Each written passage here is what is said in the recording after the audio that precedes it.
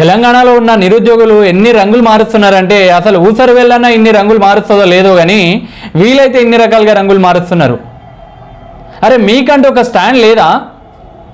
అరే అపోజిషన్ వాళ్ళు ఏం కోరుకుంటారు భయ్? ఎక్కడైతే హైప్ ఎక్కడ ఉంటుందో అక్కడనే వాళ్ళు మీటింగ్ పెట్టాలనుకుంటారు, ఆ టాపిక్ పైననే వాళ్ళు మాట్లాడదాం అనుకుంటారు, అలాంటి దగ్గరనే వాళ్ళు మాట్లాడుతుంటారు. ఇవాళ సరూర్ నగర్లో జరిగింది కూడా అదే. అరే మీరు తెలంగాణలో కేసీఆర్ ఉండొద్దు అని చెప్పేసి ఓడగొట్టింది మీరే. ఇవాళ మళ్ళీ మీరు ఆయననే కావాలని చెప్పేసి మళ్ళీ మీరు ఆయనకు సపోర్ట్ చేస్తారు. సరే సపోర్ట్ చేయడం చేయకపోవడం అది మీ ఇష్టం. కాకపోతే కేసీఆర్ హయాంలో ఎన్ని పేపర్ లీకేజీలు అయినాయా? ఎంతమందికి నిరుద్యోగ భృతి వచ్చింది? ఇంటికి ఉద్యోగం అన్నాడు ఇచ్చిండా? ఎంతమందికి టైంకి శాలరీలు పడ్డాయి? 1వ తారీఖు వచ్చే శాలరీలు ఎక్కడో 15-20 తారీఖు వచ్చినాయి.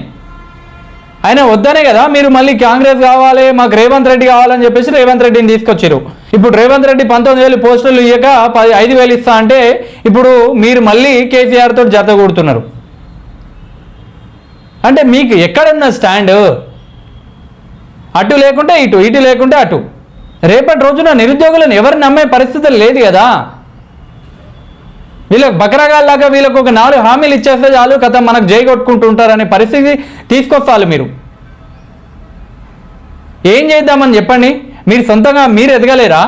రాజకీయంలోకి మీరు రాలేరా? ఎందుకు మీరు డైవర్ట్ అవుతున్నారు? మీరు ఇవాళ మైకులు పట్టుకొని మాట్లాడే వాళ్ళంతా రేపటి రోజున మీరు ఎగ్జామ్ రాస్తారన్న గ్యారంటీ అయితే లేదు.